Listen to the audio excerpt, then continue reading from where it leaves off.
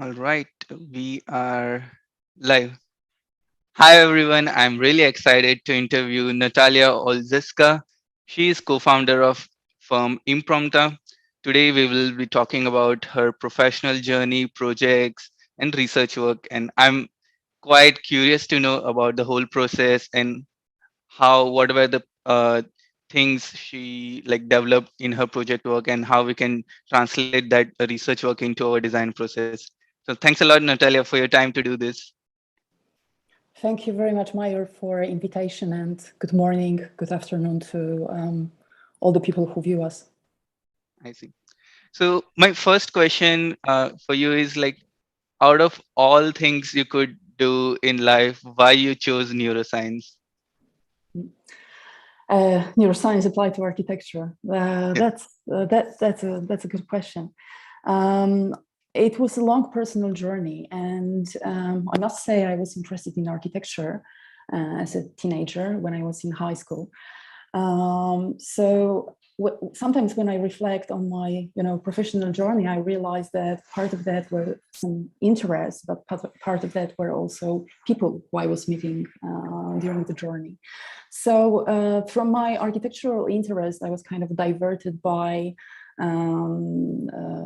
the person that I used to meet at the time, and he kind of influenced me, and I decided to go to study medicine because that was also his interest. During medical school, actually, I wanted to quit it after second year and go to architectural school, but for some reason, I decided to persevere. It was a challenging journey.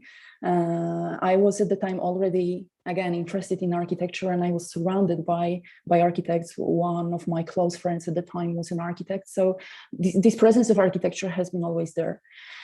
And also during medical school, I realized that I had difficulty choosing specialty. I realized that my brain didn't work that way, that I was interested in interdisciplinary fields of research. At the time, for example, psychoneuroimmunology or psychoneuro endocrinology, so kind of crosstalk between brain, human psychology, and, for example, hormonal or immunological systems. And so naturally, I think it was natural for me to bridge different disciplines and just go from one discipline to the other. Driven by my interest in brain, I graduated from medicine, started to work as practitioner, but then I realized that I want to study and learn more about the brain. So I started to study neuroscience. And back in, I think it was 2011, I was doing a research in Helsinki. I was sent by one of my mentors to University of Helsinki to do some research in neurophysiology. And I went to library and I found a book of Juhani Palasma, architect, about phenomenology. And my interest in architecture, again, appeared to me. And I realized that if I could choose my ideal profession, it would be collaboration with architects and possibility to apply my knowledge of physiology, neurophysiology, or some basic knowledge of neuroscience to architectural design. So I started to search for possibilities to collaborate. It wasn't easy at the time. I remember I spoke with one of the professors from an architectural association in London, because I was based also in London at the time. And I was thinking about doing PhD, but then I, for some reason, I didn't pursue the PhD. And it took me another few years to find a course in Venice, master degree course, and neuroscience applied to architecture. When I found this course, I thought, this is perfect. This is just a course for me, and it was a life-changing decision. I graduated from the course in 2018, and since then, I've been immersed in this new field. I think it's still a very new field. So sorry, it's a long answer, but it's I could speak here longer on the personal professional journey. But I think these were the most important moments. I see. And like it's quite interesting because like it's rare to find people who are doing neuroscience in architecture, and you were doing like many years ago. So I'm just wondering like, how challenging was it to find like mentors or get guidance to learn about this field? Uh, So I didn't really do that many years ago. I mean, I started, formally back in 2018. But when I started to be interested in the field back in 2013, it was very difficult. So I was trying on some books or texts on neuroscience and architecture. Like one of the texts that I shared with you, which text of Michael Arbib, professor of neuroscience and also member of Academy of Neuroscience for Architecture, Juhani Palasma, architect, philosopher who speaks a lot about phenomenology of architecture, but he also draws quite a lot of insights from neuroscience. Harry Mulgrave, who is also, architect. He's professor of architecture, and he contributes a lot to theory of architecture, and he also draws a lot from neuroscience. So all these people, when I didn't really have real mentors and access to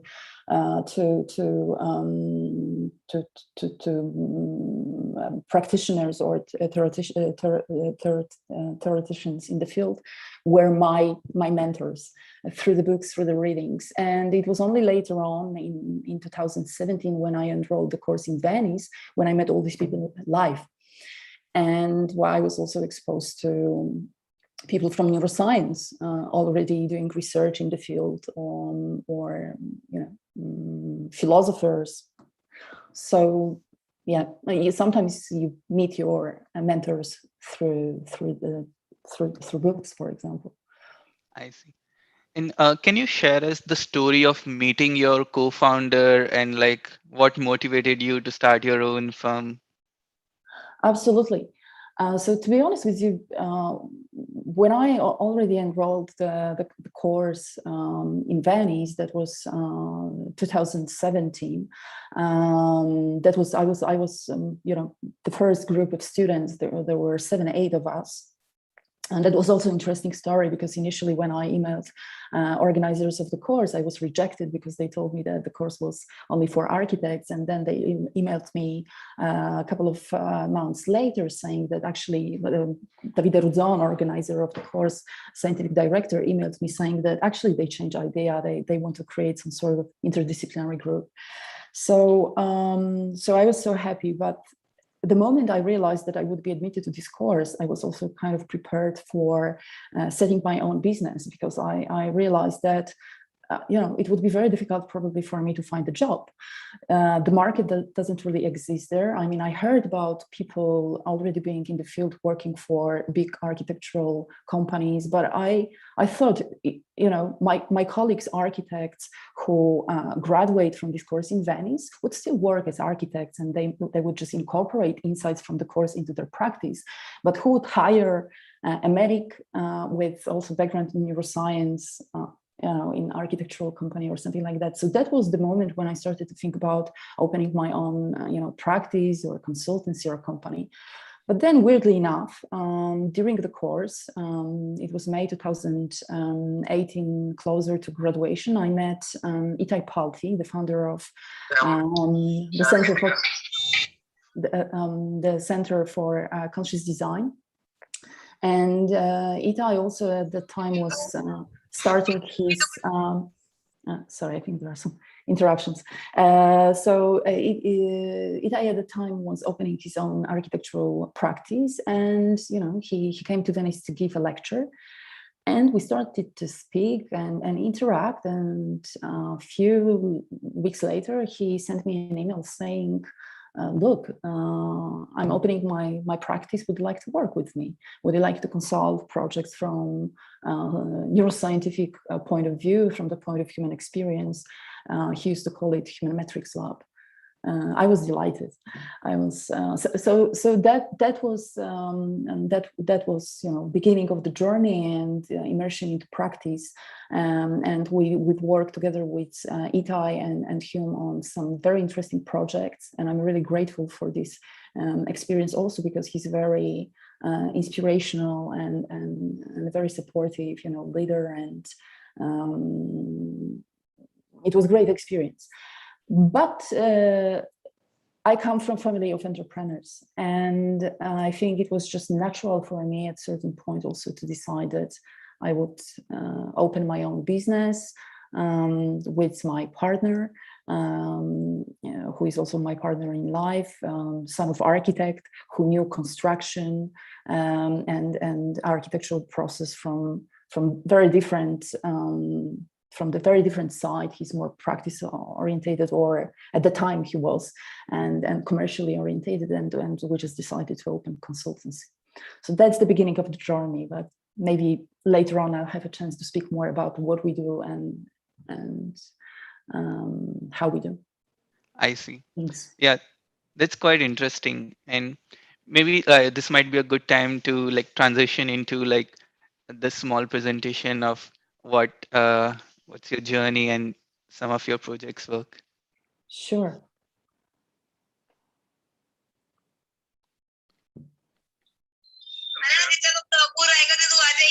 अरे सही में मैं तो आ जाऊंगी मैं तो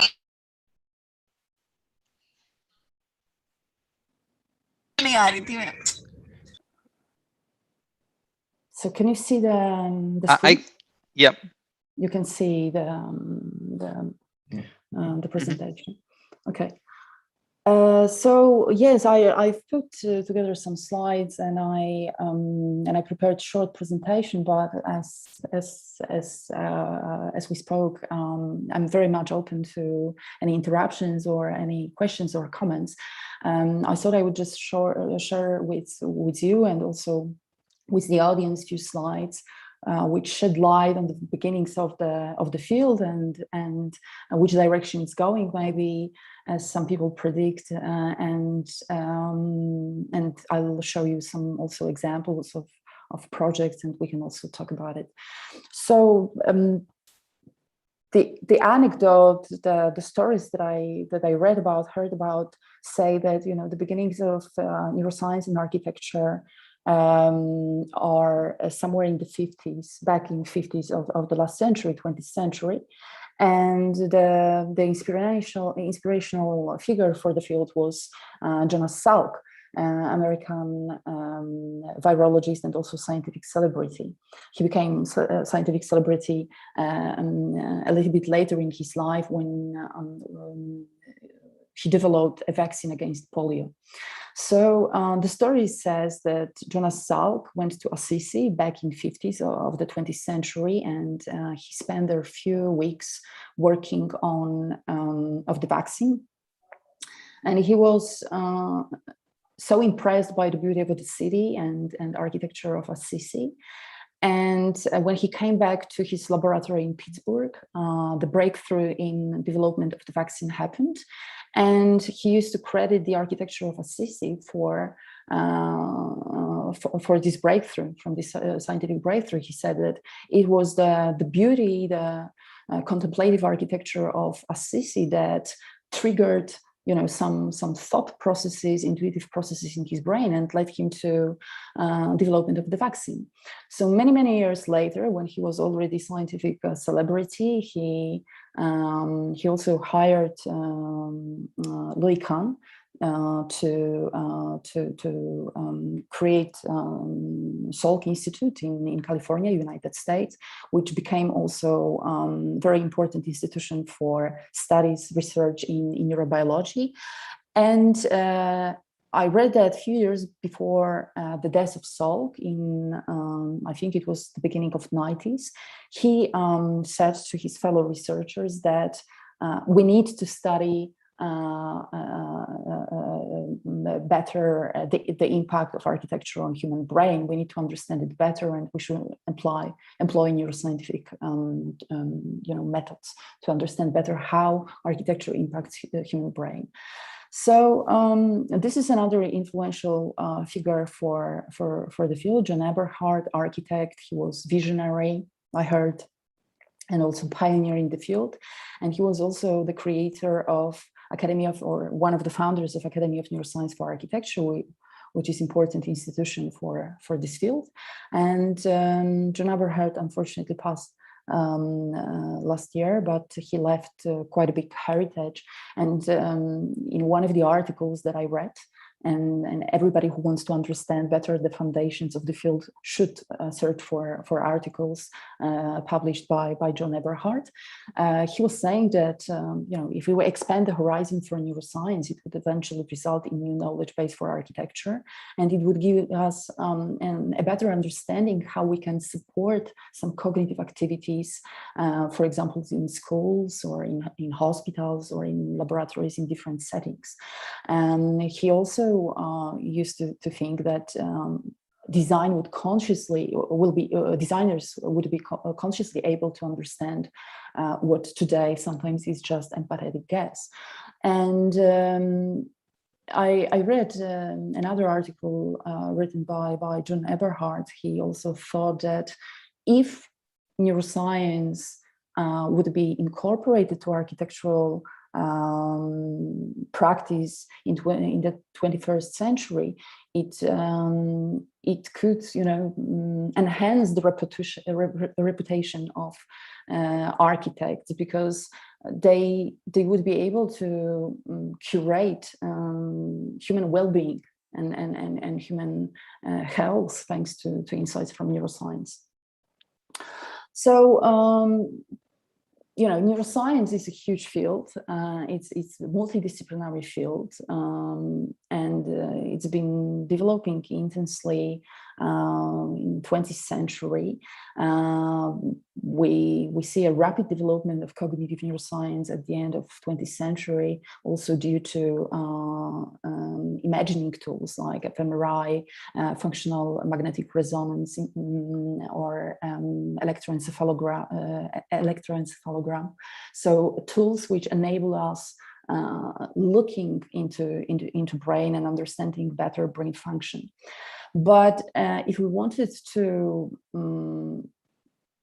narrow neuroscience to and think about which disciplines of neuroscience can inform architectural profession, I think we should mainly speak about cognitive neuroscience and sisters of cognitive neuroscience, so social neuroscience and affective neuroscience. So cognitive neuroscience tells us quite a lot about high order neural processes, how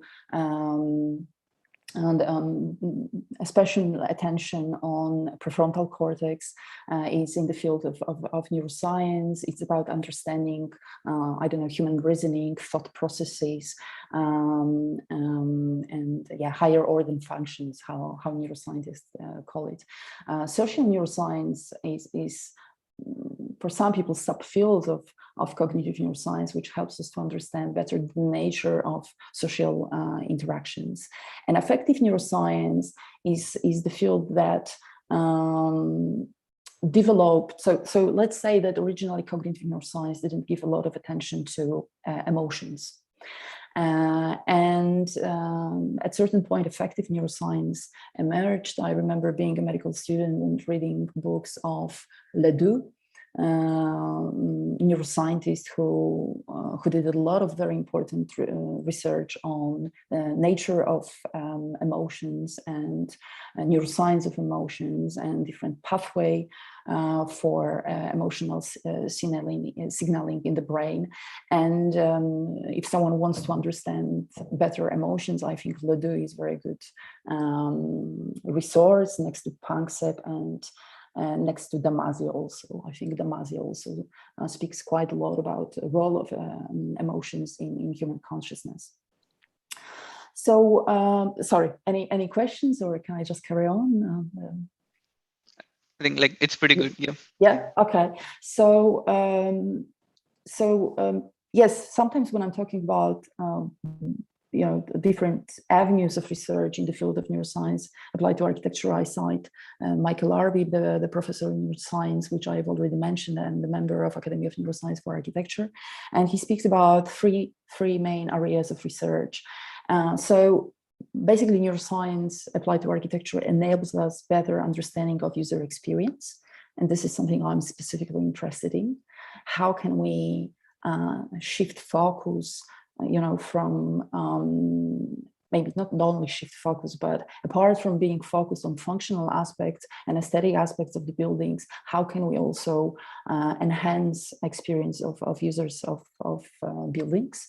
The second field or the second avenue for the research is understanding better the design process as such. So what happens in the brain of people who design architects? And I think we were talking about it a little bit. I know you've got an interesting tool that we can talk about later, and understanding of creative process could happen through the research in basic research in cognitive neuroscience, but I think application of technology like human-computer interfaces during design process could also understand us better the nature of this process. And the third field or category is something that Michael Arber calls neuromorphic architecture. I would simplify it and speak about responsive environments or adaptive environments. So environments which for example, are enriched with some sensors and have an ability to gather information data about some aspects of user experience and then respond in a certain manner. These are different research directions in the field, or different aspects of what neuroscience could bring to the field of design, architectural design. But I think it's also important to say that neuroscience can support design decisions. I will be talking later on about when, at what stages it could be also implemented. I think architects can still use, all their valuable experience, but okay, an example from my field, medicine, which is of course very different field with a very different history, and it's much more rigorous, just because we are talking about human health. But I think the whole practice really benefited from so-called evidence-based medicine, and for today we speak that in evidence-based medicine we make decisions based on experience of practitioner, of a medic, but also scientific insights which are published in different journals and things like that. As I said, architecture is not such rigorous field, but I think we would make better decisions, more user oriented if we draw insights from also neuroscientific research. Natalia? Yeah. So I'm not sure if it's just my screen, but I can just see the first slide on my screen. So you can't see the slides moving, okay? It could be the, okay, let me just, what about now? Yeah. I'm so sorry. So no problem. Yeah. Okay, so this is, let me just show them quickly. Yes, I was presenting in full mode, full screen mode, but I can see that something happened is it okay if I present it like this? Can you see Yeah, no it? problem. Yeah, okay. So this is the story of Jonas Salk and neuroscience and architecture. This is the figure of John Eberhard, the founder of Academy of Neuroscience for Architecture. this is a slide where when I was talking about neuroscientific insights from different disciplines of neuroscience. I was mentioning cognitive neuroscience, social neuroscience, affective neuroscience. This is the summary of insights of Michael Arbib. I was talking about three main research categories in the field: user experience, understanding of creative process, and neuromorphic architecture, adaptive responsive environments. And this is the graph which shows where maybe we can find the best practice somewhere between intuition, which is not about subjective arbitrary choices, it's about experience, but intuition is more about making decisions at, let's say, pre-reflective levels, but still it's an outcome of long practice and understanding of the field, of the profession, plus information from evidence, which can lead to best practice. And so to clarify, evidence-based design here is it related to like past data of like architecture and making decisions, or it's somewhat related to neuroscience, like past data and performance? Here, when I'm on this specific slide, when I'm talking about evidence-based design, am I also referring to this talk, which is very interesting. It's a talk which was presented during one of the conferences, healthcare conference, the role of intuition in evidence-based design, Hamilton Lundin. And I think when they speak about evidence-based design, they speak about approach which is applied mainly in healthcare design of hospitals. When I'm talking here, this is the main reference, but when I'm talking about evidence-based approach, I'm talking about, yes, evidence from research, evidence from science, which doesn't have to be that rigorous as in medicine, but any evidence which can enrich the understanding of user experience. I don't know if I answered the question. Yeah. Yeah? So this is interesting. I wonder what you as young architects think about that. But when I've had conversations with architects over the last few years, and I think certainly Itai Palti, who I worked with, was also influential figure in my professional life.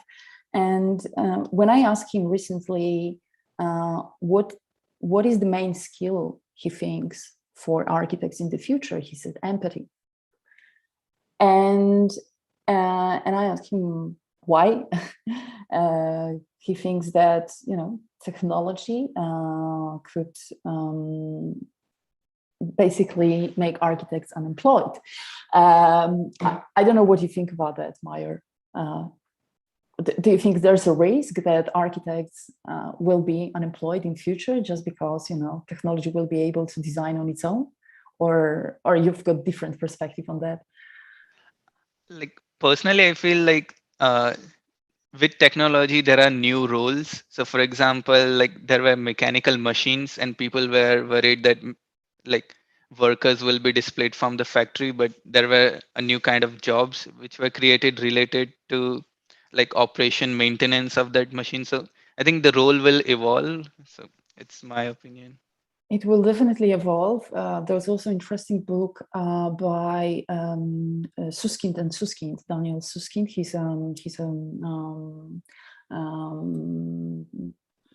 He's a researcher from University of Oxford, as far as I remember. But he wrote an interesting book with his son about the future of professions, and he's got also some interesting insights on future of architecture.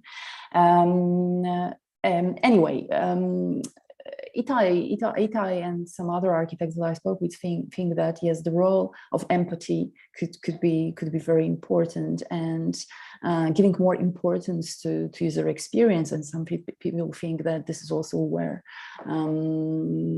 at least I don't know. Again, I think architects understand better where their field is going, but I know that many important also architectural practices have always more and more interest in human experience. So science can augment this empathy with users, and it can bring more insights on human nature. I think again. This is my opinions are an outcome of many different conversations with architects, but I think there's not that much information in your educational curriculum about how people actually experience architecture. I don't know, Meyer, if you had a chance to study more about psychology or neuroscience. Like, I think there are very few courses in the world where you've got this kind of knowledge incorporated. Am I wrong? Yeah, for sure. Like I did like a psychology course, but it was like generic, not related to architecture. And one interesting thing I would like to share. So I'm currently doing like UI UX course, like user interface, and then like it was about developing mobile interfaces and web apps. And the first point they talked about is empathy with different users who will be deploying, like using and their pain points and understanding and developing a problem statement accordingly. So it's interesting. This also overlaps with your. Yes, these two fields are very much overlapping, at least the practical side of what I do, because research is one thing and pushing the field forward, but then the actual practice and the way I practice it, yeah, I take a lot of insights from actually UX. So neuroscience could bring insights of human nature, aspects of perception, how senses work. Because this is again criticism of some of philosophers or theoreticians like Johanni Palasma, but I don't think it's secret that there's been quite a lot of stress on vision in architecture and aesthetic. Visual aesthetic experiences, but our experience of architecture is multisensory, and there's been this shift, at least in theory, but maybe more and more often also in practice, towards embodied experience of architecture, also embodied cognition, and multisensory nature of our experiences when it comes to interactions with environment. So yes, so neuroscience brings us here quite a lot of insights. Also the nature of soft processes, how we also process emotions, and what emotions have to do with our interactions with environment, social interactions, and in general interactions with environment, which could be also understood through application of sensors and different technologies that we are talking about. I see. Like one thing I find like commonality. So in theory, we had like course like topic about phenomenology, and we like read a work of Plasma, and I feel like those kind of theories gave us idea about what, but why and how is like neuroscience applied to architecture is giving insights. So why it's working. Mm-hmm. Mm-hmm. Mm-hmm. The course in phenomenology was part of your architectural course. Yes, you had some. Like 1 or 2 weeks out of like the whole theory. Yeah. Okay. This is something I wanted to share for a couple of reasons. So if we can just ignore the text on the, I know there's a little bit of ambiguity in here because we've got text and we've got some images, but if we can just focus on the image. So this is one of the models that sometimes I use in practice when I want to understand better the experience on different levels, experience of users within the context of architecture. This is a model taken from a paper published by researchers Coburn and Vartanian. Professor Vartanian was one of my teachers at the course in Venice. He's a neuroscientist, and he's been working quite a lot in the field of aesthetics, neuroaesthetics, and also architecture. And they published this paper back in 2017, Buildings, Beauty and the Brain. And they were talking about crosstalk between 3 different systems when it comes to experience of architecture. So sensory motor experience that we were briefly talking about, because we're talking about multisensory perception and engagement of very different different senses.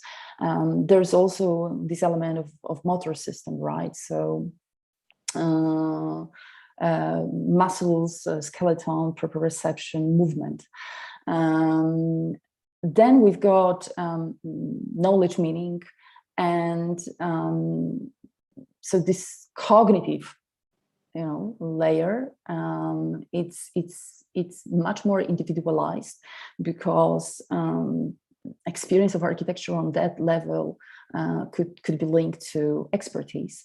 So there are some papers, for example, published by Professor Vartanian that I mentioned, on the differences in the perception of architecture between architects and non-architects. And yes, of course, education changes the perception of, for example, building some architectural elements. And then, of course, you've got culture and also the context. So there's this cognitive layer apart from a sensory motor layer. Of course, these 2 layers, they are in a constant crosstalk with each other. And then there's this 3rd layer, which is emotional evaluation. And as I was saying earlier, it was ignored for quite a long time by cognitive neuroscientists, but recently we're talking more and more about neuroscience of emotions, and also the importance of emotional processing in the context of architecture. So that would be liking, not liking, wanting, and also all aspects related to reward system. And this model is called Neuroaesthetic triad. Here on the left, on the slide, I also cite my collaborator, because I find it quite interesting, Alessandro Villa, who I work with.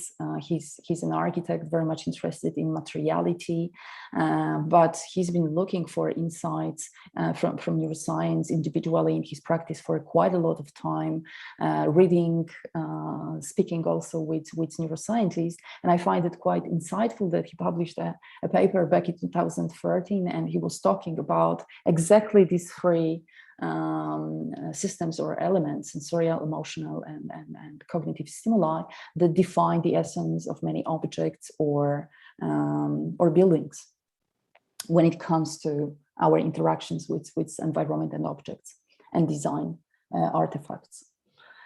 Natalie, go ahead. you carry on. No, you carry on. I'll ask later. Yeah. So I was curious, can you elaborate on what are the ways one could evaluate emotion? What is the base? What are the different ways? Is it using device, or what are different techniques? How you can understand emotional reactions, yes, in the context of architecture. Yes, so these days we've got always more tools, biometrics, and basically you're asking me what tools, yes, scientific tools you could apply to understand some aspects of emotion. So okay, I'll start from basics.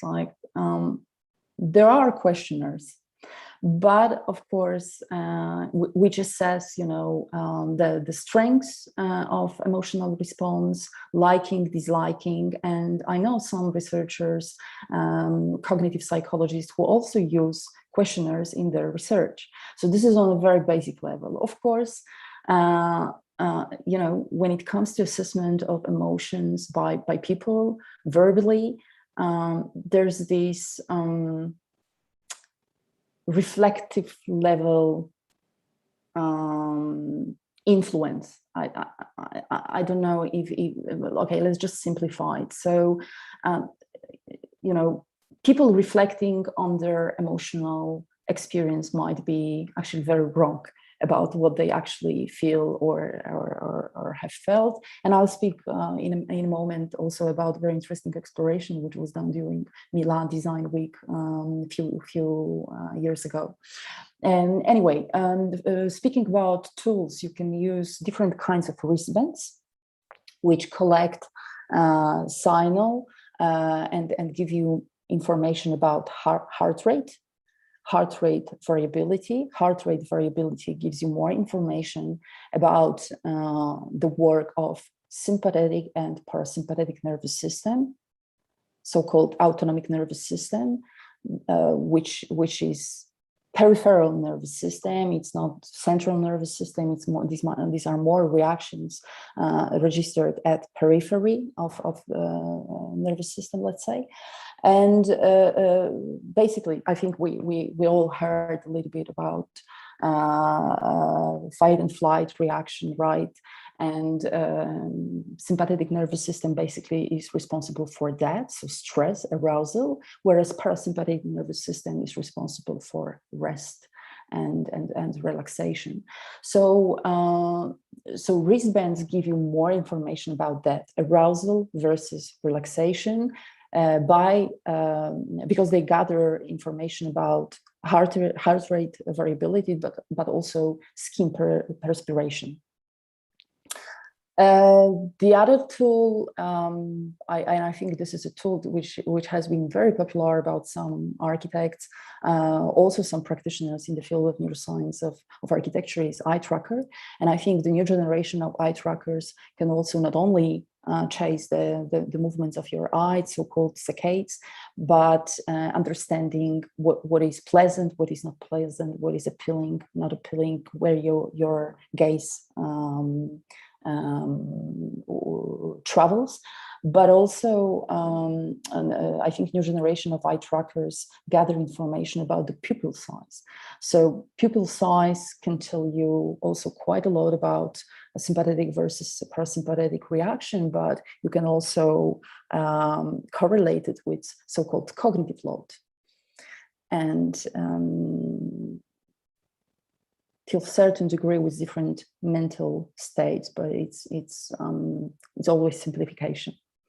So these tools, I think, have been applied often in research on emotions. I see. That's quite insightful. So I was talking about evidence, and I was talking also about evidence-based design. I was talking about like where do you search for evidence and what are potential sources. But I think one thing I just want to make clear, because I think some people that I speak about evidence, science, have sometimes they struggle understanding that there are different kinds of research. There's basic research and there's translational research, and they are quite different. Basic research is aimed at gaining a better understanding of a subject or phenomenon, and it serves to advance knowledge. Basic research is published in scientific journals. So if you think about, for example, people doing experiments in laboratories and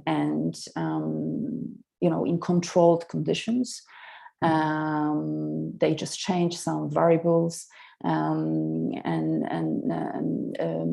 they just change some stimuli and measure variables and non-variables.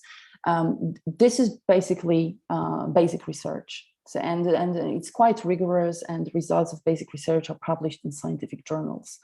But then the problem very often is that there's a lot of insights which are published, but they are not moved towards practice. And this is the role of translational research. You move the basic science to practice, and translational research seeks to produce more meaningful, applicable results that directly, for example, benefit human health. And this is what I specialize in. This is basically the essence of my work. So when I consult the different projects in practice, I fish for data Data can be not real-time data, but also some models, principles, theories, information on different aspects of cognitive experience, emotional experience, behavioral insights, and I translate them into practice. So what I give to architects are insights, practical recommendations, sometimes guidelines, which are always project specific. Natalie, I have a question here. Sure. What is the difference between kinesthetic architecture versus the neuroaesthetic architecture, which we are talking right now here? Is there a difference, or it's just some synonyms? Neuroaesthetic is the second one that you mentioned. What was the first one? Because I didn't get it. Kinesthetics. Kinesthetic. Yeah. Kinesthetic architecture. Yeah. Right. Okay. So I'm not sure about kinesthetic architecture, but kinesthetic, sense or kinesthetic channels to me are related to movement. But I must say that I don't have an understanding of what kinesthetic architecture would be. Can you give me some examples? Yeah, so it's like an experience felt by a person while the person is moving around a lane or something, and what he perceives and how his senses are working. So we basically design on the basis of the user experience and what we want from that experience. So basically, if you see museums or something, or some urban design thing, they are basically built in that way that we understand the openness, the closeness, and the degree of certain exposure and delusions, so that a person feel a certain way, and then we can play with the mind of a person and make them relaxed or whatever we are expecting from that building. From what you've described, I think, yes, it's very, like you said, it's very much about movement and engagement of the senses. But then I don't see a lot of difference between kinesthetic architecture or neuroaesthetic architecture, unless there are some very specific methods or practices used by people in one field versus the other. Neuroaesthetic experience is also very much about engagement of different senses, but then neuroaesthetics, understood in a more rigorous, let's way, it's related to the figure of Semir Zeki, yes, and it's about perception of art and neurobiological basis of perception of art. But when I and Zeki is mainly Zeki original, but also some people in the field of neuroaesthetics were originally interested in, for example, mechanisms of perception of beauty, mechanism of perception of art. But when I've spoken recently, for example, with a colleague of mine who graduated from a course in neuroaesthetics, it sounded like she was again interested in multisensory perception of architecture. So it sounds like these are just different terms which have evolved somewhere on the way. But as I say, like, maybe I can learn something from you, Richa. And do you know some people who practice one field or the other? Is it that they have different approaches? I have read in some books, like in our courses, in architecture course, we used to study about kinesthetic architecture in urban design, basically. And there have been some research by Stephen Canoer and some people, I'm not sure about the names, and I will not take that. I should stay away from that. But yeah, we have studied majorly in urban design, and people have done a lot of research on that. So maybe it's just a coined term which we have used in urban design, but now neuroscience is taking it as more of a quantifiable and justice to the mind and our senses, that, like you said, on blood pressure and our eyes. So maybe it's more of a study, like a theoretical study of body, and that is just a sensible idea. So I must say that when we're talking about neuroaesthetic architecture or neuroaesthetics in architecture, to me, in many different ways, it overlaps with the field of neuroscience applied to architecture. I wouldn't make a major distinction in here. I think it's all related to the fact that you've got information from neuroscience or neuroscience applied to study of art, perception of art, and then you kind of push this information, these insights to some aspects of architectural or urban design practice. But I personally wouldn't create distinction, but maybe someone who is neuroaesthetic, specialist in neuroaesthetics would do. So anyway, I'm learning from you as well. So we were talking about translational research and how you can, inform projects by giving to architects different, insights. And I think, sorry, I just realized that I wanted also to mention a project here. Can I come back to this slide? Yeah. Because I said that there was an interesting project done during Milan Design Week. There's an interesting presentation. In case you haven't heard about it, you can see it on YouTube. It was some sort of exploration done, an outcome of collaboration between Google and Arts and Mind Lab, which is based at Johns Hopkins University. Director of this lab is Susan Maxanen. And these two institutions, and this institution and company collaborated together. And have you heard about this exploration? I haven't. So what's the point? I'll speak very briefly about what the exploration was about, and then I'll just come back to the point of how do you gather information about emotional experience, because that was the question that you asked me, Mayur. So basically, during this exploration, which was something that could be seen by people visiting Milan Design Week, I think back in 2019. There were created 3 different rooms, and they were intended to create different atmospheres, different sensory experiences. And the design of these rooms was based on neuroaesthetic principles, from what I heard. And the whole idea was that during the journey of visitors, people, I think, could write down some insights on their experience. But at the same time, all the users had wristbands, and the wristbands were collecting information, that probably the one that I mentioned, so heart rate variability and skin perspiration, and this same some information on emotional states was gathered. And one of the outcomes of this exploration was that it confirmed something that we know in the field of neuroscience, that what people thought they felt on a reflective, a conscious level wasn't really always compatible with or convergent with what was registered by the wristbands. And that shows that we don't always have such a good contact with our emotions or our bodily experiences as we think.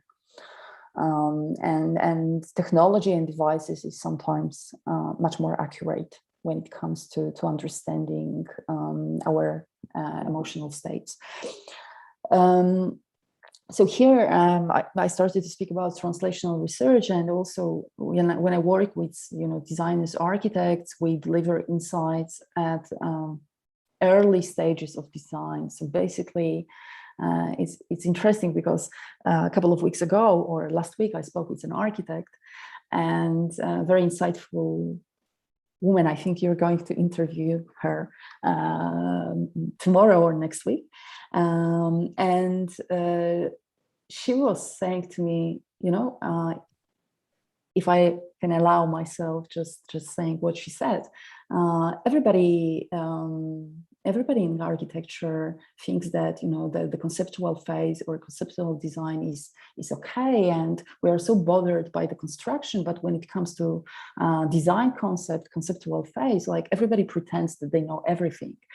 And we were just talking about that sometimes the outcome of design can be very different if you work in interdisciplinary team, Or if architects, for example, also are curious to understand better the experience of users, especially at pre-design stages. So early stages of conceptual design, you gather more information about the user, his characteristics, the context, and maybe desired experience.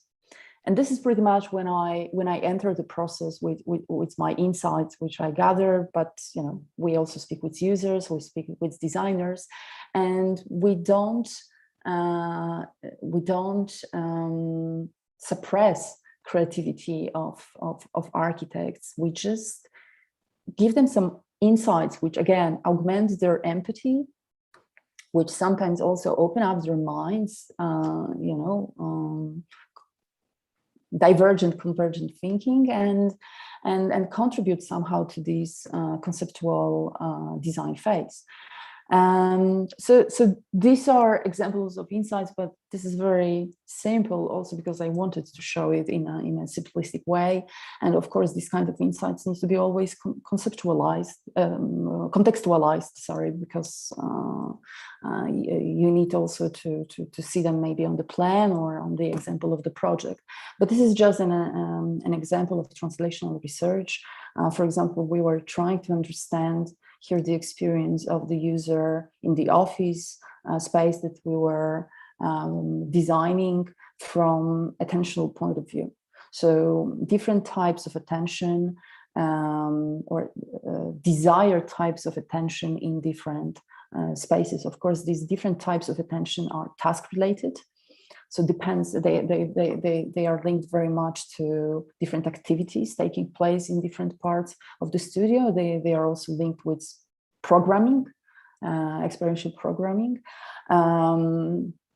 Sometimes you can apply, again, technologies to gather some information related to these different mind states. These technologies are not very perfect, especially portable technologies. And I know that a lot of people don't really rely on this kind of data, but of course you can do these kind of explorations. But we map different attentional states, and then we give more attention to user experience, mental experience, not only physical, but also mental aspects of experience of the user in the space. And then we think about how design could support these kind of attentions in different parts of the office through design of different spatial metrics like light, materiality, color, proxemics, movement, social interactions, flexibility, odor.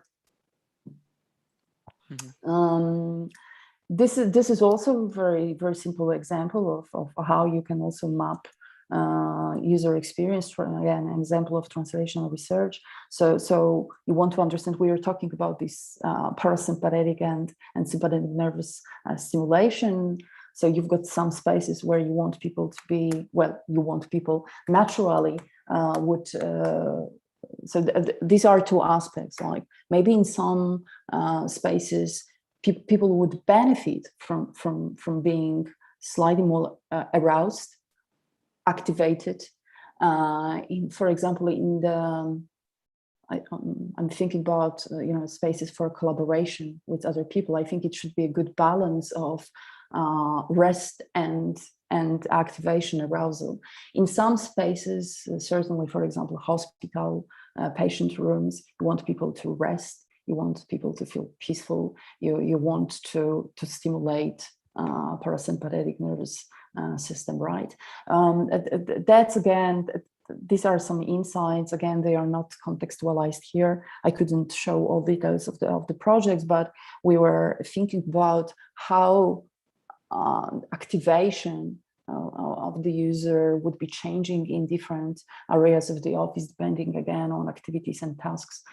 And as you can see, we were also applying some threshold points. I'm talking here about, yes, stress level going up and down, but we are talking about arousal versus relaxation. So on one hand, sometimes maybe right, depending on what you design, you want to mitigate also, yes, human stress. There are some environments which can, because of the context, hospitals, for example, stress people, and you want to mitigate this stress through understanding of human experience and design intent. I have two questions. So Sure. first is, does this arousal and relaxation should both be designed in a like special like in an experiment? Because like I'm thinking, let's say one goes to amusement park and they have arousal state, but also their body requires later relaxation state. Otherwise, like they can't continue the arousal state and the transition would be strong. So do we need to have both? Absolutely, absolutely. This is how nature created us, and we do have both. And being at rest enables then feeling aroused, and the other way around. And I think many spaces are a combination of many different states. Here we're really simplifying, but a combination of a good combination of relaxation and stimulation. I see. Mhm. Another And question? Yeah. yeah, so in the attention slide, I was just like considering. So uh, I'm taking this comparison in like advertisement industry where like there is like huge fight to get attention of an end user either in social media apps or other like online platform. And like I just had a thought that these days like it's more important for architects to focus on and attention than like 50 years ago, because now we have smartphones, people listening to music. So like initially when people were experiencing spaces, they like might have be more looking around than compared to these days where they are on their smartphones, and the attention is like either on digital space or physical space. So you gotta It could be complete. both. Of Yeah. course, you can apply these insights also to design of virtual spaces and digital spaces. But yes, of course, technology disrupts our experience of spaces and also interactions. And um, um,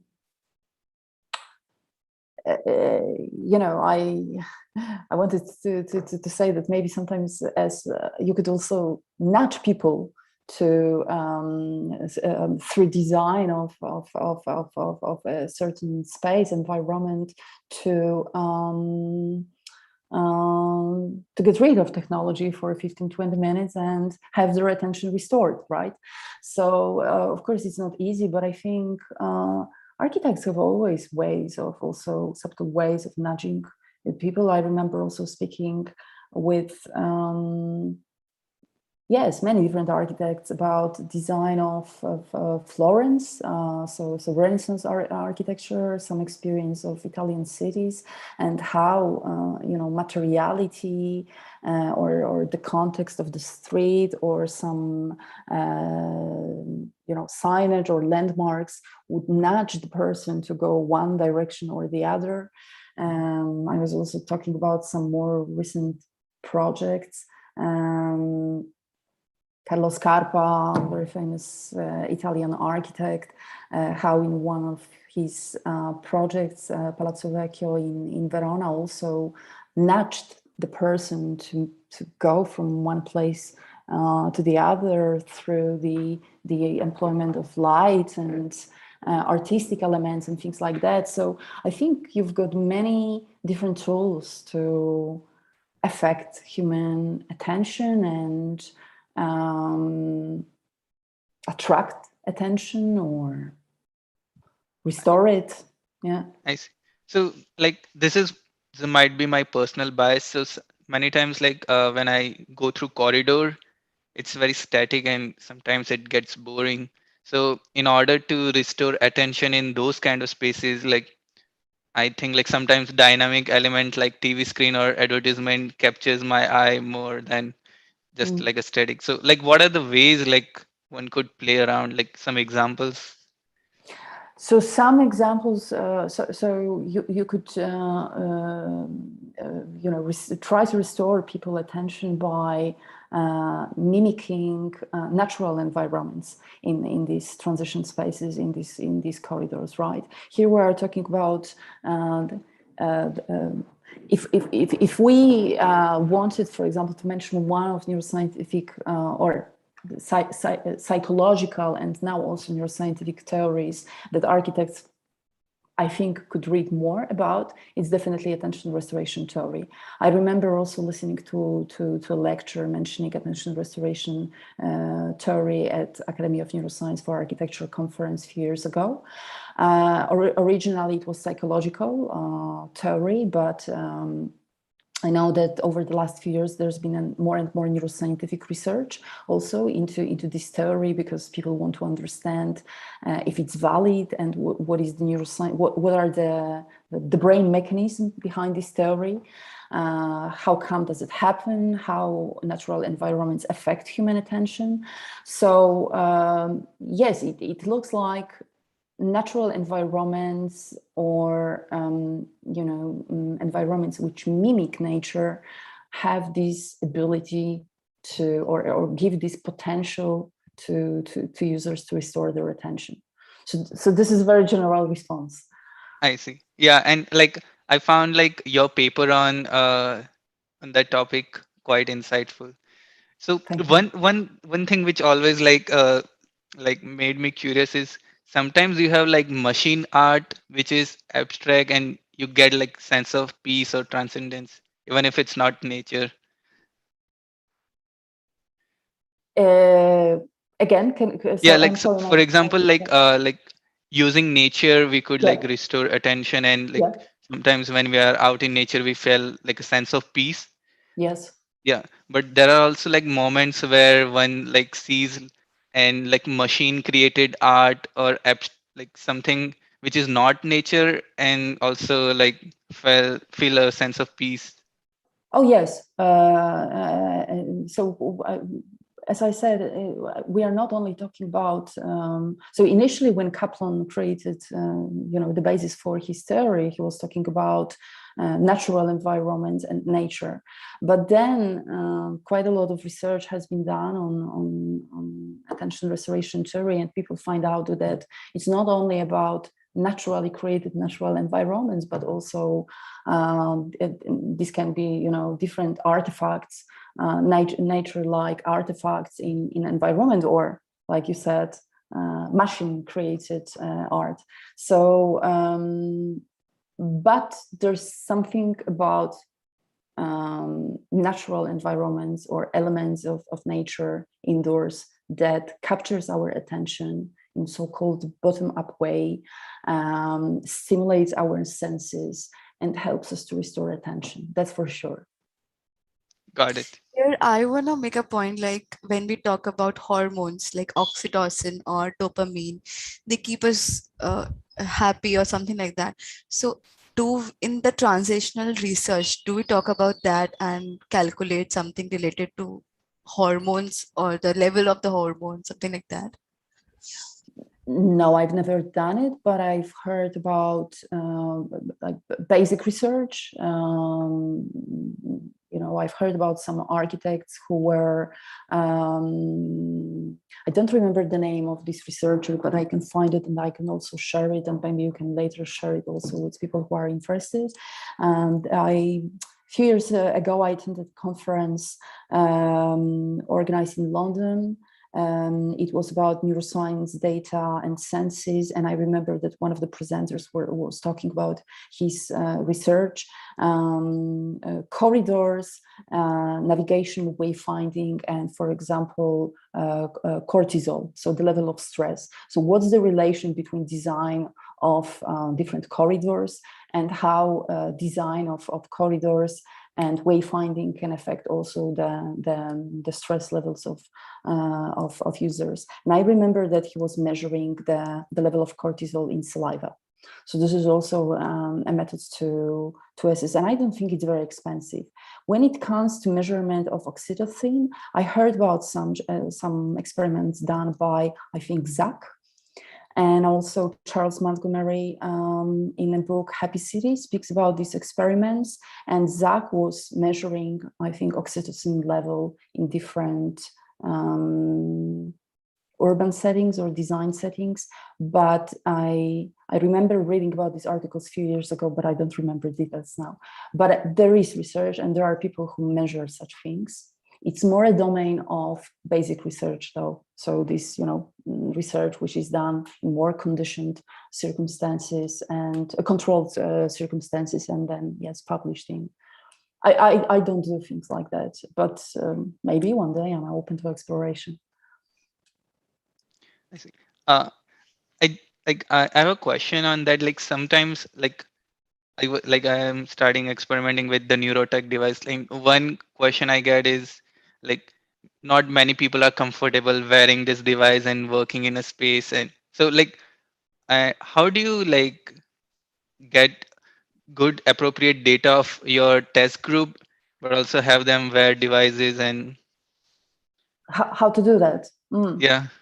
I need to send you to some people who experiment more with technologies, but I think it's a challenge. I collaborate, for example, with architect designer Martina Frattura. She's a lighting designer. She's been doing very interesting research on neuroscientific,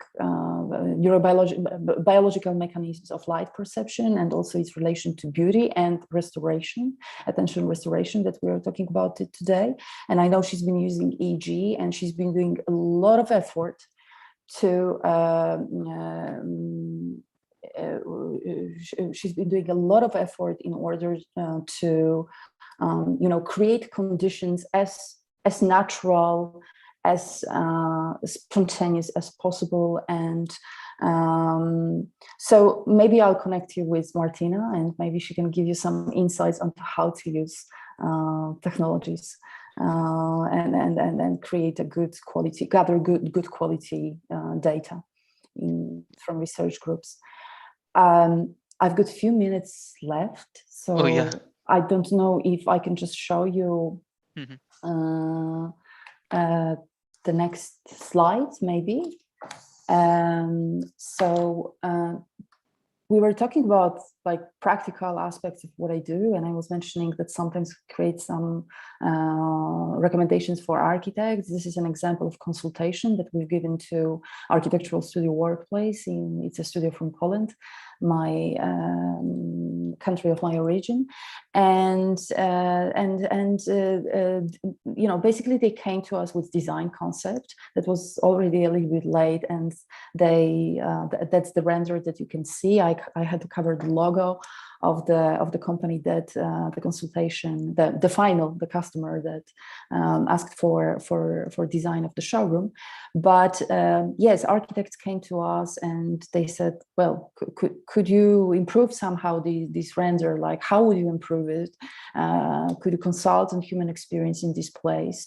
And could you tell us how can we improve the quality of light, colors, materiality in order to generate a better experience for users? So we've done a consultation. We've gathered a little bit of information about mission values of the company, like what would be the experience that we want to create in here, positivity, joy, things like that. And then the whole team was doing translational research, and we provided them with a set of recommendations on materiality, light, colors, geometry. And I'm just showing you an extract from the work, but it's not the final result. This is the result that the company came with, and this is the render that the company provided us with. And this is a slide. Yes, sorry, Mario. No, like go ahead. Yes. And this is an example of another project that I participated in collaboration with Studio Hume that I mentioned at the very beginning of the interview, and that was research that was ordered by HKS, which is a big architectural global practice. And here I just want to mention two things. Like, we were talking about how scientific insights can augment empathy with users, and how when they are delivered at the stage of pre-design, they can enrich the process of ideation. So that's the graph basically on the slide. The whole project was about gathering information from existing literature, neuroscientific literature, and gathering more information about how you can prevent age-related cognitive impairment through design.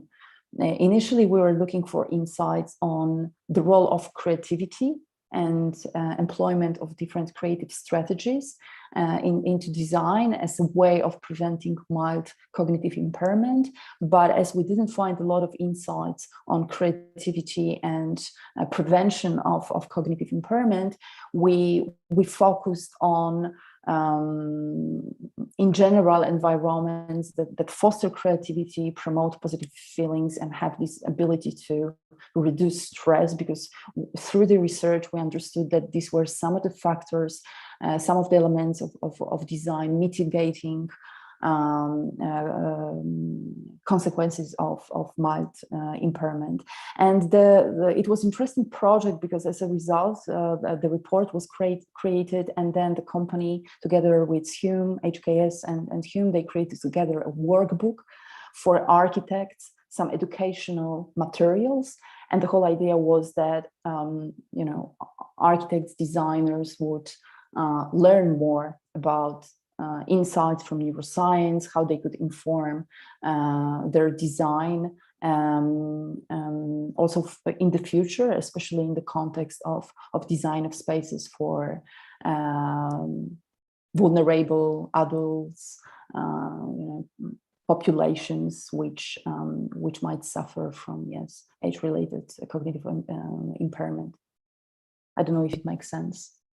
So that's another way how insights from neuroscience can be implemented, not only to the real projects, consultations of the projects, not only use of technologies, but also, for example, creation of simple analog educational tools, right? Workbooks.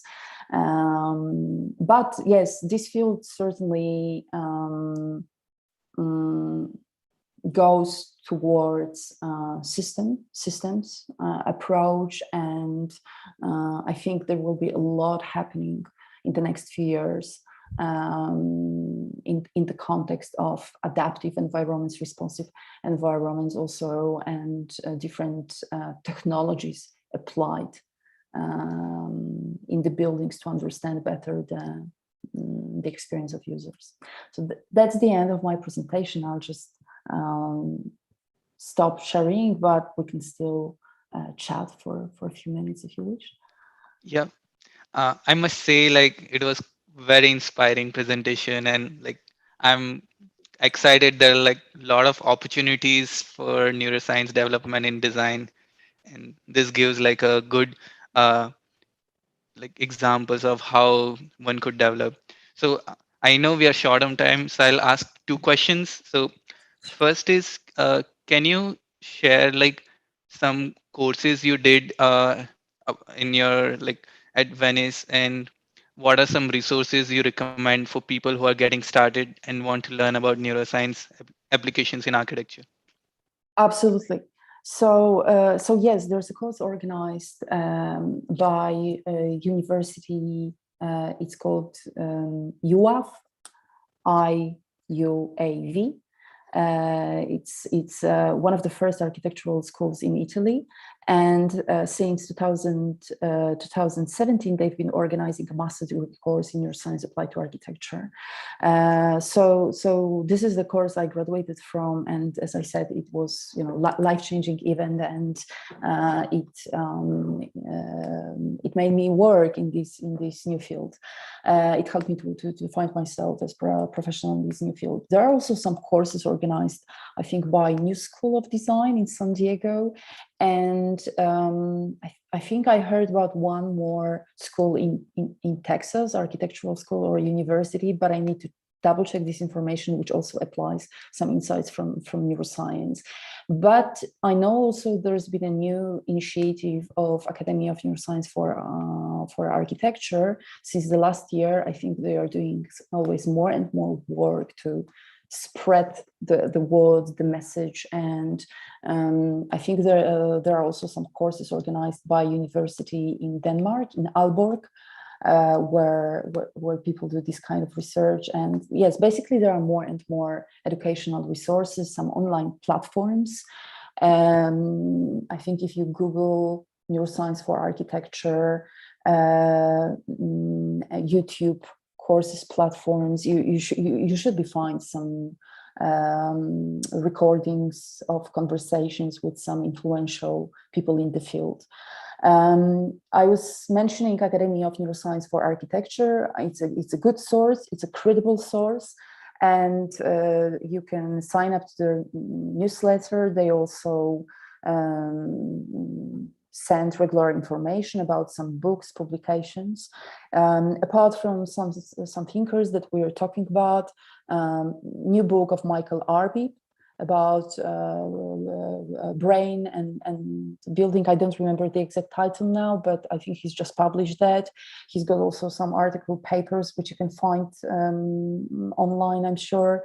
Johanni Palasma, but it's more philosophy, phenomenology, but I think there are some also interesting insights. Maybe hard neuroscientists will disagree. Harry Malgrave books also. Cognitive Architecture by Anne Sussman. I think she's just published another book with Justin Hollander about urban design and how they apply biometrics in urban design. They've been doing a lot of experimentation with eye tracker. There are some books, and there are some books. I would really encourage reading also papers of John Eberhard, who I mentioned today, because they are kind of foundational for the field. And he was talking also about, the aspirations of the field and the founders of Academy of Neuroscience for Architecture. So does it help? That's a lot of resources, and it's on my reading list now. Awesome. So the last question I have is like, what are some interesting research areas for neuroscience applied to architecture you would recommend to people who are doing masters or PhD thesis? Like research papers, research articles like, that I would that I would recommend. So I think the books that I mentioned give some overview of the field and different methods and approaches, but certainly papers of Oisin Vartanian, who I mentioned today. He's Coburn and Oisin Vartanian. There are some papers also by Giovanni Vecchiato, Italian neuroscientist, some good papers by Andrea Gelitz. She's also a member of Academy of Neuroscience for Architecture. She's assistant professor at the University of Aalborg in Denmark. Certainly, you can find also quite a lot about researchers and papers by attending the event that we spoke about, Meyer, at the very beginning, the conference organized by Academy of Neuroscience for Architecture. They are organizing event at the end of next week, and you've got quite a lot of very important researchers in there speaking about different aspects of human experience. But this year's topic of conference is related to responsive environments and big data and different technologies. So the scope is different. Kate Jeffrey, also a neuroscientist from University College of London, where I studied neuroscience. She's specifically interested in navigation So what you call wayfinding. A lot of good recordings found also online, previous conferences of Academy of Neuroscience for Architecture, research of Tom Albright, a lot of famous neuroscientists who's been making efforts to inform the field of architecture. So if I didn't think about something, I promise I'm going to send you a list and maybe you can share with the audience. Awesome. And environmental neuroscience groups. One, Max Planck Institute, Berlin, important environmental neuroscience. And I think the other group is in Chicago, Professor Berger, as far as I remember. Also interesting research groups, environmental neuroscience. Oh, I should visit them in Chicago. So Yes. I just want to end the interview like on the question, like, how does a day in your life look like? My daily life? Yeah. That depends on how much work I have and how much work I have and how much projects I have. Weekends usually are much more relaxed. Today I was preparing for our conversation, also because I've sent you some materials, so I thought, oh, I need to read them again, just in case you ask me some very specific questions. For the last year and a half, especially the last year, all my efforts have been around pushing further, my consultancy, but also spreading awareness about this new field, which I think can be useful to architects. So I've been writing papers, collaborating with architects. I speak quite a lot, network quite a lot with professionals in the field. But recently I've been spending a lot of time online. I think you too, right?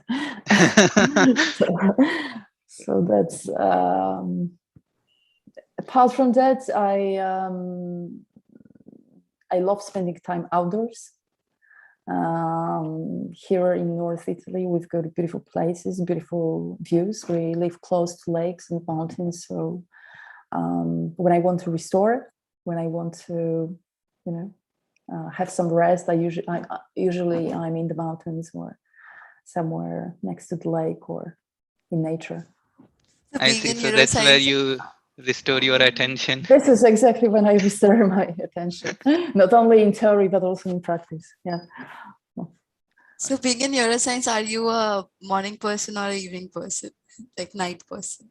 I'm definitely a night person. Okay. Yeah. Awesome. So I think like this was an very like inspirational interview. I learned a lot and you're very supportive and humble. I really appreciate your time to do this. Thank you so much. Thank you for your invitation. It's been a pleasure and honor to me, and I wish you all the best in your architectural practice, and spread the word about the field. Yeah, I for think sure. I think it deserves attention of architects. Yeah. And it's like very promising, and like I think in the coming years it should be mandatory to integrate this in the design process. So all right. Have a nice rest of your day. Bye. Bye. All the best to you. Have a lovely weekend. Bye bye. Yeah, you too.